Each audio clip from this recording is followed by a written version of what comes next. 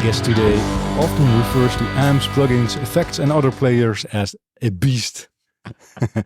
Well, he's a true serial killer himself at the guitar. Hailing from Liverpool, but now living in Zermatt in Switzerland. A player who likes easy titles such as Guardian Spirits of the Quantum Multiverse and Cosmic Crypto Quadrillionaires Club. And of all great guitars, he definitely has the lowest voice of them all. A truly spectacular player. Welcome to this episode, Jack Gardiner. Niels, thank you so much for having me on, man. It's an absolute pleasure. I'm glad we finally managed to make it happen. Yeah, me too. How are you doing? Good. Yeah? Surviving. I think we spoke a little bit earlier about both of us being parents, and at the moment, my main thing is trying to get more than 3 hours, 4 hours sleep a night. This is a bit of a game changer in the sense that there are no children here, but I'm still waking up at 3 a.m. Ah, yeah, your rhythm has changed. Absolutely, man. I recognize that, but it's an interesting thing becoming a parent, because I can also imagine playing the guitar requires focus. Yeah. Right? And specifically the way you do it. Can you tell me something about that process of finding focus while having become a parent? Still trying to find it, if I'm totally honest, but I think the big thing was in the beginning, it was okay because I could play while I'm in the same room as them, and they're not mobile. You're not having to worry about them killing themselves every few minutes. But now that's a definite issue, and it's something that honestly, I'd love to get back. Now I'm lucky to get 30 minutes a day, 30 minutes a week. In some cases, it's more like I'm playing just to make the work happen. Mm-hmm. And I'm missing that time myself. I think I always say this is a joke to my wife. I'm always like, I'd love to go away for 2 weeks and practice guitar. It's never going to happen.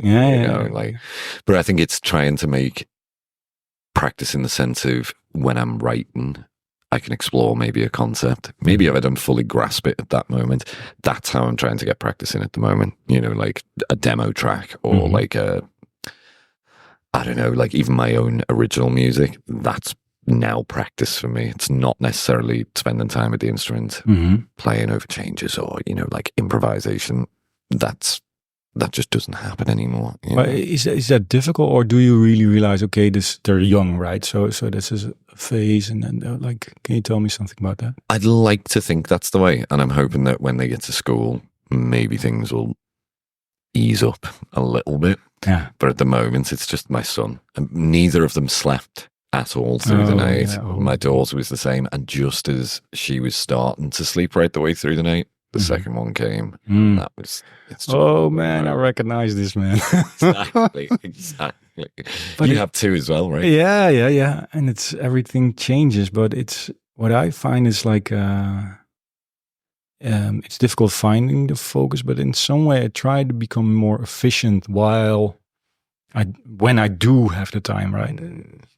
You recognize that? Definitely. For me, I'm always one of these guys as well. When I have a deadline for something, that's when I tend to do the best work.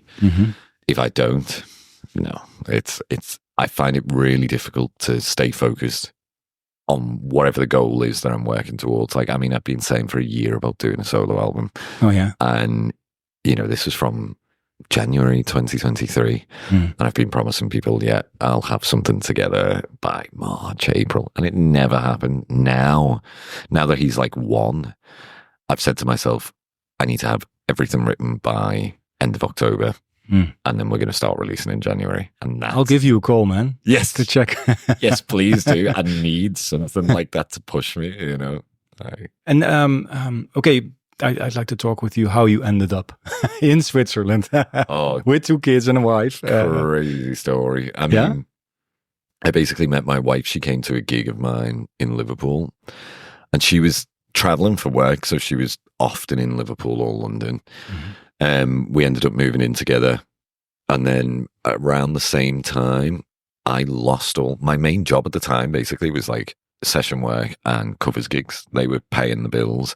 I wasn't really focusing on the online world really, or any of the stuff which I wanted to do for myself. There were certain guys in the Liverpool scene who were very much YouTube guys, they're just bedroom players, or, you know, doing this flashy stuff. That's just for bedroom players. And as a young, impressionable guitarist, when you're looking up to some of these guys who have been successful, you're like, maybe they're right, you know, like maybe I shouldn't focus on that.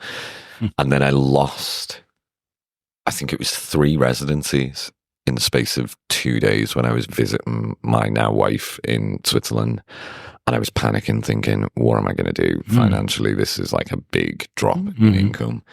And I always remember her laughing at me, saying, like, move here and focus on the other stuff and you'll be fine. Yeah. And I was like, how? It's impossible. I've left YouTube for years now. I haven't really kept up.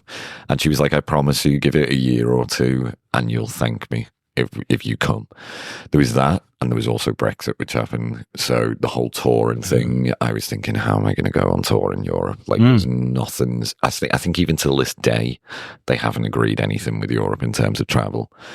So I decided just before 2020, it was like the November, I was like, okay, let's do it. Let's give it a go. I was traveling November, December, January, February, and I landed the day we went into lockdown. I'll never forget that. That was like, it was lucky I still didn't have my permit at that point either. So if it had been a couple of days later, I don't think Switzerland would have let me in and we would have been separated. But I got there and lo and behold, she was right. I started to do the YouTube stuff. I started to write the original music. I just like switched my mindset. I was like, okay, this is what I've been craving for years, to explore guitar in the way which I want to try and write music, to try and, you know, focus on all the things that got me into guitar in the first place, watching Steve Vai, watching, you know, all these players, Guthrie. And so, yeah, it ended up being, I think, the best move I've ever made. You know, I think I would have still been in this gigging scene of sessions, but you're not really making a great living necessarily. You're just surviving. So all of a sudden it's like, I can pick and choose which gigs I have to play now. I don't have to say yes to everything anymore, you know. But it's interesting that it required a different place for you to get that. Yeah, I think as well, like, I was so sucked into that scene in Liverpool where, I mean, there's a negativity there as well, as in, like, everyone wants to go out all the time. Everyone wants to go to the pub afterwards and have a beer. That's a very UK, British drinking culture thing. And it's not like I was drinking all the time, but I would spend nights where it would be like 3 a.m. I'd finish the gig at midnight, but then I wouldn't get back until 4. You wake up late, and then do you want to really practice the tunes or covers tunes or things like that? It just wasn't inspiring, you know, in that same way. And I'll never forget, there was a guy from Liverpool who was in a band called the Cheap Seats. They were like a 90s country band. He'd been really successful in America. And he'd taken me aside when I was like 19 one day, and he was like, you need to get out of Liverpool if you want to do what you really want to do. He was like, Liverpool's amazing, but he was like, it's a trap. He was like, you need to go and see somewhere else in the world. He was like, I guarantee if you move away, you'll achieve the things you want. The Beatles went to Rishikesh. Exactly. Yeah. I think that's what made them. You know. Yeah, in a sense. Yeah. Or to Hamburg, actually. Hamburg also was the big one, wasn't it? Yeah.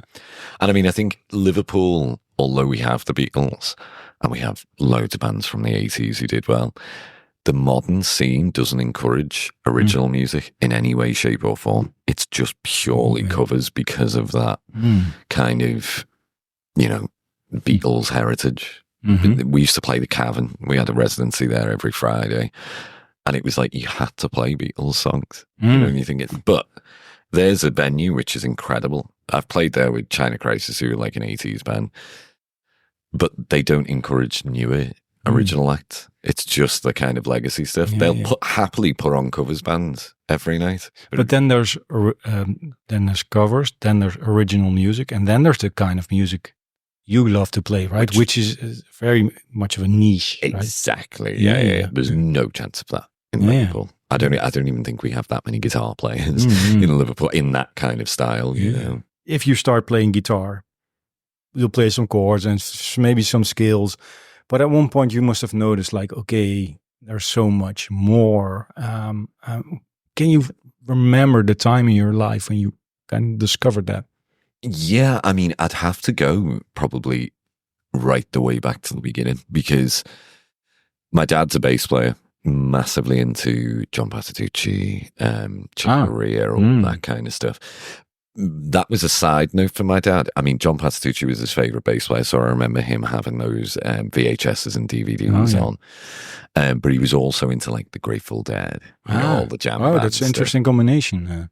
And so my first introduction to when I really knew I wanted to play guitar was when I was like 8 or 9. He had a Zappa Plays Zappa DVD, which was Steve Vai on guitar. Hearing that and turning around to my dad and saying, I want to play guitar like that. You know? My dad never wanted me to go into music, even though he was a bass player. Oh, wow. All of his friends were classical musicians, like playing in the Philharmonic orchestras and stuff. And he'd seen that their kids had started when they were like 2, 3, became really good, got to 11 and then quit, you know. So I was begging him for an instrument, and he was like, when you're older, you know. When I finally did get a guitar, it was from my auntie. And all I wanted to learn was Metallica, but Steve Vai. It was the big one. Yeah. I'd kind of like got into the Yngwie thing, Paul Gilbert, all the 80s shredders that my dad wasn't into. You know, he'd never listened to that stuff. But that was YouTube that came around straight after this. And I discovered Guthrie, Tom Quayle, Rick Graham, Martin Miller, all of these guys. And I was like, wow, this is a whole different level. Not to take away from, you know, the idols from the 80s, but it was the improvisation aspect of it that resonated with me. Okay. And that opened the gateway to fusion then. But at first, what appealed to Steve Vai's playing to you? The shred stuff a little bit, but it was more the way in which he used harmonics and all that kind of stuff. And as a kid, I think that's what we go for. You know, for me, when I was 11, I remember we did a gig with my dad just in a pub where we played the Cryo Machine, which is still one of my favorite songs by Vai. But I'm intrigued that your father, who is able to play the Crying Machine, which I think then he's a decent player, at least, that he in a way said, no, don't go that path. What do you think about that yourself? I think this is this real working class attitude. Like we're from a super poor area in Liverpool called Anfield. And it's this notion of, you know, you need to get a job, you need to work. I don't think my parents were like that in that sense. I think it was more they wanted me to have security. And my dad had seen, it's a weird story with my dad. He was a bass player. He was in a band until he was like 19. They were getting semi-successful in the UK, but he just didn't like the scene in terms of the drugs that were being taken. It was the 70s, all the drinking. He'd seen a cyclist go past in the park one day on a hangover and was like, what am I doing with my life? I should be doing that, and became a professional racing cyclist. So it's like the weirdest swap over. Oh, wow, man. So I think for him, that kind of soured his taste of music a little bit. He still played, you know. So, but that's interesting about the role of parents. He does that out of protection, right? Yes, I think so. Where did you need to dig yourself to overcome that voice? Because that's a big voice in your life, right? The voice of your father. That you thought, no, I do really want to do this. You know, I'd had the battle. I mean, there's videos from when I'm like 2 or 3 watching Jimi Hendrix with a plastic guitar, and I'm asking for a guitar then. You know, saying like, when can I get a proper guitar? And it was always, no, when you're older. But I think it was when I was like 13, I'd started putting videos up on YouTube and got like the first endorsement deal or sponsorship when I was 15. I think when they saw that, they were like, okay, now you can do this. There's a weird backstory. It was like, despite coming from the really, essentially we lived in poverty. That was what we'd be classed as in the UK in terms of what my parents earned. I'd gone to a good school academically. I was always doing well in that sense. They put me on a thing called the Oxbridge program. I don't know if you've heard. It's basically like Oxford and Cambridge. Like they try and get people who are from like, say, underprivileged backgrounds and help them find a route to there. And my plan was to do like English literature. That was always the thing, and my school had helped push that. So when I got to like 15 and music started, like it started to become almost like a job. I was teaching privately and stuff like that, and gigging. What age did you say? 15. That's really young, man. That was like the thing. I think my dad saw that then as in like, okay, he's committed, he's passionate about it. And probably also thought, oh, he's kind of making a job out of this.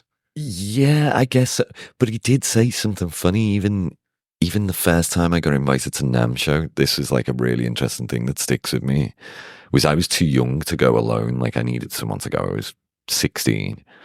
And I said, Dad, I've been invited to go, like, do you think you could come with me? Like, have we got money to do that, to go and fly or whatever? And he was like, no, people like us don't go to Los Angeles. Oh, yeah. And, like, that's always stuck with me. It's like this real working class attitude of like, no. But does that make you feel like an outsider sometimes? Or do you think, no, this is where I do belong? Or can you tell me something about that? It's a bit of a battle, actually. Like, when I come back now from living in Switzerland, which is like very privileged kind of thing. It's the opposite of Liverpool, perhaps. Absolutely, I come back and it makes me feel a little bit sad in some ways, because there's things which I see now that I didn't see growing up there, where like people can't afford the food for the week, or, like they're having to go to like a food bank or things like this. And I'm thinking, oh my God, there's me complaining about, the price of chicken in Switzerland, when I'm like, my friends and family sometimes have nothing there. So it's eye-opening. But what I love about Liverpool is we'll all, I don't want to swear, but we all like to... Oh, swear, man, come on. We take the piss out of each other. No one can be... When I come back... That's really decent swearing. Yeah, I'm not going to be so scouse just yet, but, like they'll come back and they'll be like, oh, who the fuck is this guy? You think you're a big name guitarist now and all this. Like in a loving way, If we go for a meal or something, it's like, oh, Jack's got this now. He lives in Switzerland, It's one of the... And I miss that a little bit. In Switzerland, we don't have this kind of banter or not taking yourself so seriously. Everyone in Switzerland is very prim and proper, What does that to you? Do you sometimes want to just go swearing in the street? Yeah. Absolutely, man. Do it in your playing, man. Canalize it. Exactly. Bring it there. Bring it to that. Bring in the anger. Absolutely. My wife goes mad because, like, when I go back, I know that it's going to be 3 days of debauchery as well. Like I'll agree to meet one person, and then that turns into 3 nights of catching up with everyone. They all want to take you to the pub. It's like going back to old times in some ways, but I miss, and that's like all my friends, but all of their family as well, that everyone gets together in the pub and everyone kind of shares their stories, and they don't treat anyone differently. It doesn't matter whether you're like a high-stated businessman or whatever, or whether you're just literally a bin man in Liverpool. Everyone is treated like an equal, and that's what I love and miss. There's been a little bit of these videos of Paul McCartney revisiting Liverpool. Yeah. And then they don't think like, oh, but it's like, oh. Yeah. They're never going to be like, I mean... Even my dad, my dad is super support and he's super proud. He tells people stories that he's just made up most of the time, as in, oh, Jack was doing this. And I'm like, Dad, I wasn't. I really, really wasn't. But they'll never really tell you it to your face. There's always a bit of a banter thrown in there. My dad has a great story about this. Like when he was a cyclist, he thought his dad didn't care that he was a, racing cyclist. He said his dad would never talk to him about it. He'd be like, oh, are you on that stupid bike again and all this? And he came back one day and he came second in a race. And he was like, Dad, oh my God, I came second. And he was like, well, that wasn't first, was it? I was like, better go practice. And he said it was years later he'd collected all of the, press stuff and all of that he just never told them about. Like he was apparently super proud telling all of his friends. But I think it's this like Liverpool thing of we don't care, like everyone's a human. We are proud, but we're never going to be like, oh, but it can be a thin line though to if you overdo that, you can make somebody insecure, right? I mean, did that happen sometimes with you as well from that attitude? Absolutely. And there is bitterness. Don't get me wrong. There is some people who are doing this in a very serious way, but they pass it off as if it's banter as well. Yeah, and that's not cool. Like, I know, I hear even stories now of like some of the session players that I used to play with back there. I won't name any names, but they'd be always like no. They'd be telling people like, you know, oh, Jack, I don't know what he's doing. Like, you know, he's a good player and stuff, but you know, like he's just a bedroom player, isn't he? And you're like, what? We play gigs together. Where has this come from? And they were like the same guys when COVID hit that were reaching out saying to me, which website do you go to get your Skype students from? And I'm like, guys, that's not how this works. Like, you know, that's years of me trying to build things up. So there's a bit of that, and there has been discouragement along the way. Absolutely, for sure. Even my teacher in school, I remember my physics teacher, we sat at parents' evening with my mum, and he's saying, you know, you're really lacking behind. I was bad. I used to sneak out of the lessons and say I had a guitar lesson to just go and practice. And I didn't care about maths and physics. They were like my two subjects that I hated. And he's saying to my mum, you know, look, he's achieving a top grade, but he should be here more. He should be putting in more effort. He said to me, to my face, you know, guitar, I've heard you play, you sound really good, but he was like, you're never going to have a career in it. He was like, this is what you need to focus on. He was like, guitar's never going to make you any money. You're never going to be stable. He was like, it's a 1 in a million chance. So I think you need to really get your priorities together. And that inspired me. I was like, I really want to come back and be like, screw you, you know, like I've done it now kind of thing. Just but it intrigued me that you say I didn't like maths, but because there's a lot of math in the way you play, actually, right?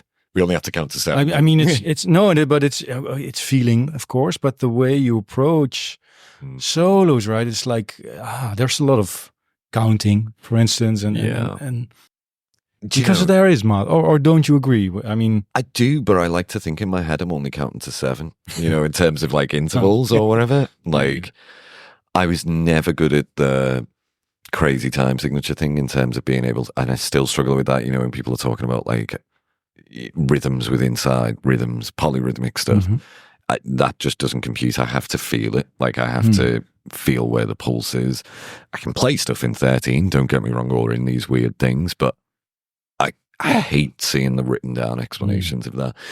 With the intervallic way, I get it, as in like we're using numbers for that, but in my head still I'm just thinking the numbers 1 to 7 with 9, 11 and 13 just being the replacements of 2, 4 and 6.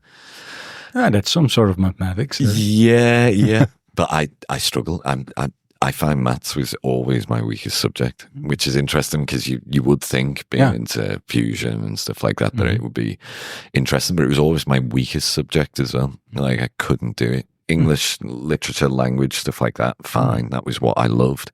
But anything to do with maths or science, no. It was just not an interest of mine, you know.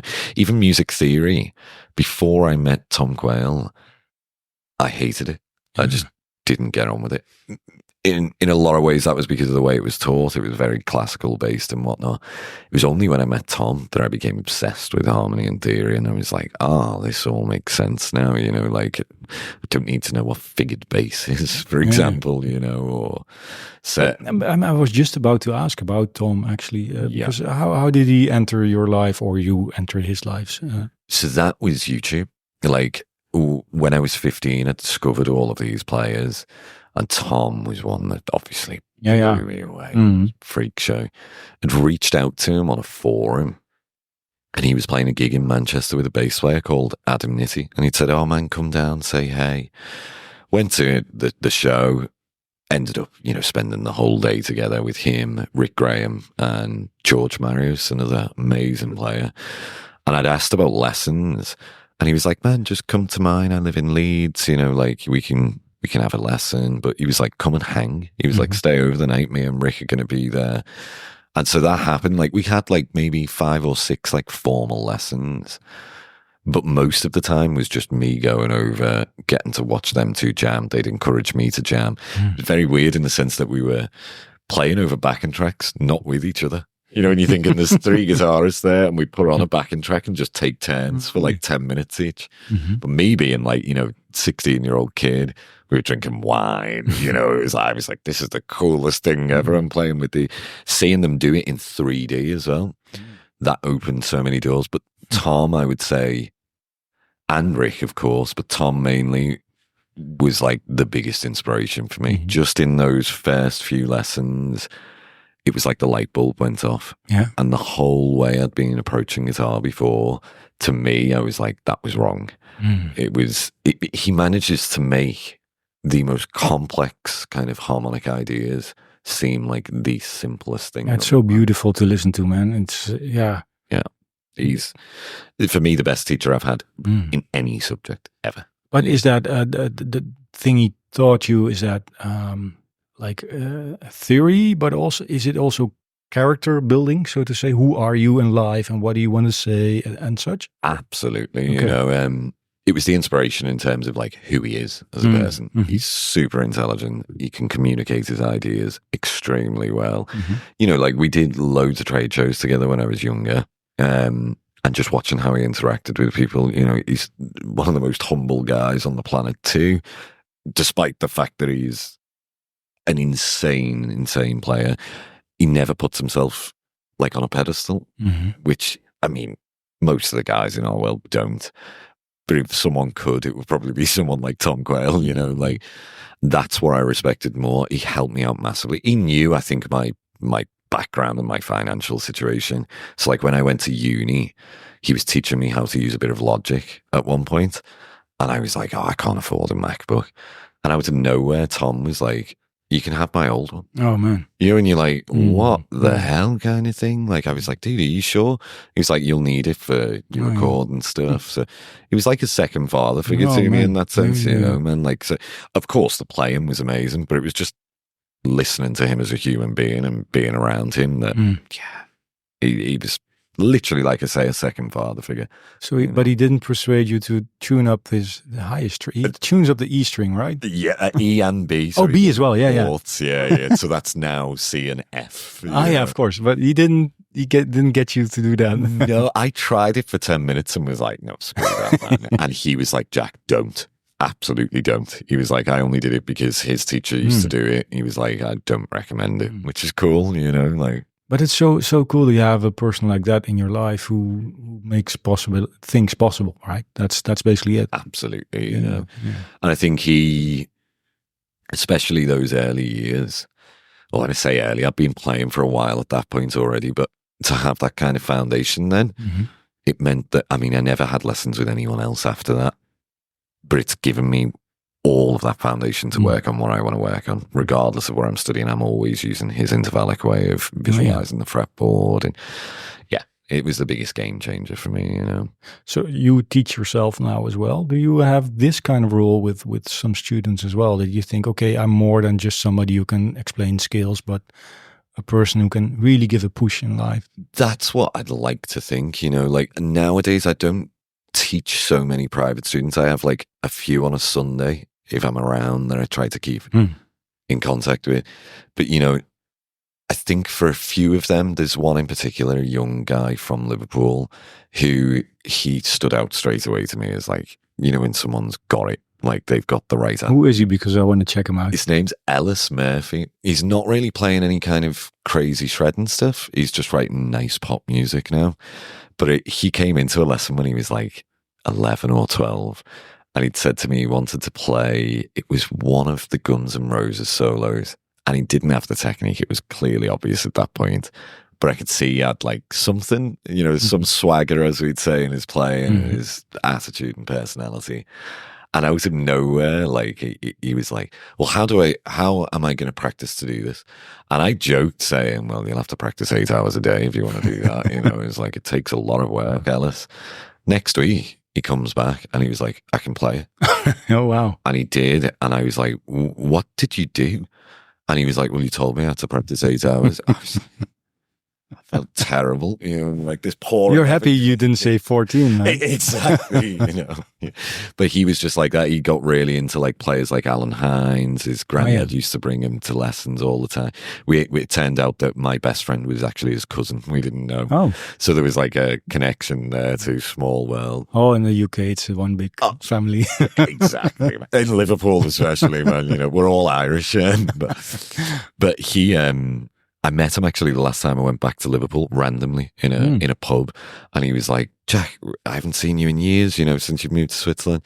I was asking him how he's getting on. He's in a successful like indie pop band now, like he's doing really well. I was asking him, "He's still into playing?" And he was like, "I'm not really into like the shredding stuff anymore." He was like, "It's more songwriting, he's singing," but just the way he was talking as like an 18-year-old, I was like, "Man, you've grown up into such a nice person as well, like there was no ego there. There was no kind of, I'm the big bollocks, which that's where I'd like to think I could try and pass on to some of these guys via Tom, the way that Tom taught me, Yeah. Hey, I'd like to go to you actually playing. It's always a thrill to listen to you play, man. I'll pay you later. What always happens is I start to stumble if I start talking about it. One thing that strikes me is that sometimes your look is into nowhere sometimes, right?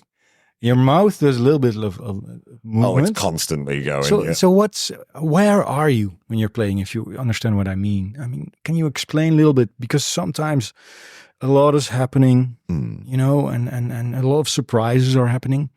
So can you elaborate a little bit on that? What happens when you are there? Like the place which I really want to get to is when I'm not thinking about anything. That's the goal. I know that sounds like I'm a wannabe Zen guy saying something like that, but is that what you look like if you're Zen? Like looking into the horizon and yeah. It's like I always find I play worse when I'm trying to think about what I want to do. If I can just get into that mode where you're hearing the lines that you want to play, you're hearing directions that you want to go in, that's like the perfect state. You don't want to be thinking, what do I have to play over this chord again? That's the work that should already be there. And I'm not saying it's muscle memory. There's definitely some of that. We play the same lines all the time. All of us. It doesn't matter who we are. We're always repeating vocab. But I think it's like to get to that point where you can fully switch off and just accept what comes out. Like you maybe hear the things before it happens or you don't. But you are not thinking, can I see this scale over this chord right now? Because if you do that, you're in it. That gets done in the practice room. I think when it comes to actually playing, that's when you should know that shit well enough that you don't have to think about it. It's just language at that point. It's like us having a conversation now. We are thinking, but we're not thinking, where does that word go in the middle of the set? Is it in the, it's gone. But what I always find intriguing that I get that up until a certain speed, right? I understand if you're like, and there will come a melody, but if there's so much going on, like, how is it that, is that really the muscle memory that they're not thinking, but so many interesting things are happening? I think it's more like I'll think of little things like, I could hear something outside there. Let's try that. Yeah. You can go to, or so, I don't know what. Yeah. Or if I pick out one melody that I feel can repeat, that'll be the thinking process. Yeah. It's like, it comes out and I'm like, I can do that again. Yeah. Let's just play with it a little bit. I think nowadays as well, this is an interesting like concept I've been thinking. I watched Wayne Krantz. I don't know if you know his playing, New York guy. Yeah. I watched him do a masterclass and he was saying, very often now when he plays with a band, he has done this for years, is he gives them a chart with only like 8 bars on it. And he said some guys are like, what? The whole song is only 8 bars and we've got to play for 7 minutes. And he's like, no, this is just kind of a guide. I'm going to play melodic structures and we'll treat the 8 bars as that's when something new happens. And I like that concept of, you try and say something musical for a set period of time. You're not thinking of what exactly that's going to be. You let that come out. But then you go, okay, let's introduce the new concept, after. And it feels more like a musical story to me. I think that is one thing I am conscious of, is if I play a phrase or a melody that I like, I'll do it a number of times and repeat to kind of try and build something in a solo. There's other times where it's just like, I call it random bullshit go. It's like, the fast stuff, that to me is like, that's muscle memory. Any of the licks which are crazy, it's like, it's stuff which I've done a million times of before. course, If you do a sweep picking, you're not thinking about every finger. It's impossible, right? If you do that, you're going to mess it up. Exactly. I find actually it's interesting, like things like this, where it's a demo and not a gig, where you're by yourself, like in a masterclass setting or something like that. I find I have to really, really switch off, because otherwise I end up making huge mistakes. I've done it loads of times before where, because I'm thinking of what someone's asked as a question, I'm like, do I have to do that in my playing? And it suffers for it. Whereas if I have to remind myself of like, just switch off and enjoy the music for a second, that for me in a thing like NAMM or Guitar Summit, I find that so difficult. Or masterclasses. I feel it's like, I'm not expressing myself in the same way. I'm trying to answer the question of the student or the question of the listener or whatever I think it is that they're thinking. It becomes like pressure. Whereas in a gig, I don't care about that. It's like everyone's there to have a good time. I want to entertain. We want to enjoy it together. I find that way easier. It's a weird thing for me in my mind of like, switch off. Just enjoy it. Stop trying to do it for them kind of thing. Do it for you for a second, In a way, I can relate because I have a lot of questions here. Yeah. But I don't really mind about it. It's just what will happen, right? In the conversation, But I'd like to go back to the beginning. Yes. To the 3-year-old. Did he ask you already for a guitar or not? Because you asked your dad. My daughter. So she. Oh, she. Sorry. Yeah. Sorry. So my daughter's the 3-year-old. My son's 1. I would always take her into the studio with the MIDI keyboard, and she did ask for a guitar. Oh yeah. Yeah. My daughter, we bought her this keyboard which came with a microphone. And the first thing she did when she got it, we were like, "Can you sing something, Eva?" And she started going, and I was like, "Is she okay? Like, what's up?" And she was like, down the mic. And I was like, "What is this?" And I'd forgotten she's obsessed with a band called Ginger. Do you know them? The heavy metal band from Ukraine. She loves the singer. And so she's there. It's a female singer, right? Yes. Yeah. So that was what she was emulating. The first thing, she's like, down the mic. I was like, oh my God, is she okay? A grunting 3-year-old. That's great, man. But she asked for a guitar for Christmas, which it was a pain to find in Switzerland, like a half-size guitar. Got her it. And then she was like, when we gave it to her, she's like, "Yeah, Father Christmas has brought me one that's too big. I can't play this bladder. I think this is for you." I was like, "You are kidding." She's never touched it. Wow. Since then. Oh, yeah. She likes music, but she's never shown a huge interest. And I don't really want to push that. Whereas my son, who's 1, he is straight over to the guitar. Yeah, all the time. If I leave it out, I've got to be so careful because he's. There was a video we caught of him. We could hear my daughter's acoustic guitar in her room one day, and I was thinking, it's not Eva. She's not in there. And I walked in, and it was like he'd just seen a ghost because he was there just plucking the strings for about 10 minutes by himself. That's great, which is like maybe he'll be into it, but if he wants to or my daughter wants to. I want to give them that opportunity that my dad didn't want me to do. I'm like, I'll encourage, I would never pressure them, but I'd be like, if you want to try it, of course, we can do it. It's like, you have the guitar there. If you want to learn, we can do it together, but I'm not going to come over and be like, you have to practice. Yeah, but it's a balance of like, you want to be there, basically. Yeah. Right? Yeah. It's funny, what you just told me reminds me of, I showed a clip of Mike Dawes to my son. Oh yeah. And then he's 4, and then he was 3. The next day, he grabs this acoustic guitar and he's just banging it and smashing it. Now he thinks he should just smash the guitar. That's what he's thinking. You must have had a heart attack. Oh my God. Yeah, but no, all good, you know. It wasn't expensive, it was a cheapie. So, Right. hey, Jack, I'll give you a call in October. Yeah. And to make sure that it's done. Let's see. I'm getting emails all this weekend, actually, of like, now I'm waiting on, like, for this one, I wanted to use lots of different special guests, which is cool. But then you realize that you've got to play the waiting game of, are they ready? You know, and as well, it's pressure on me to go, if someone says, when's the deadline? Can you mention names or not yet? I can mention a couple. So one, no, I can't mention that one.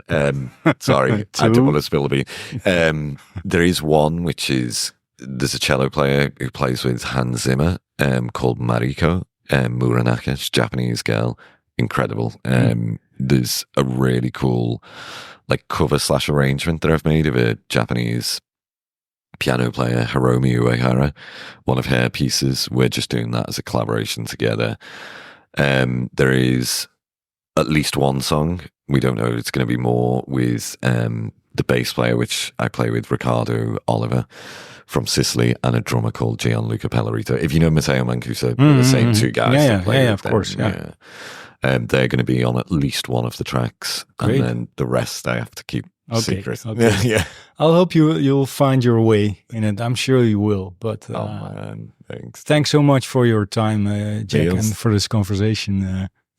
Honestly, it's a pleasure, dude. Thank you, man. Thank you for having me on. And listeners also, thanks for listening. Major thanks, guys. Thanks for listening to a Scouser. You know, it's one of them. We're not usually allowed in places like this.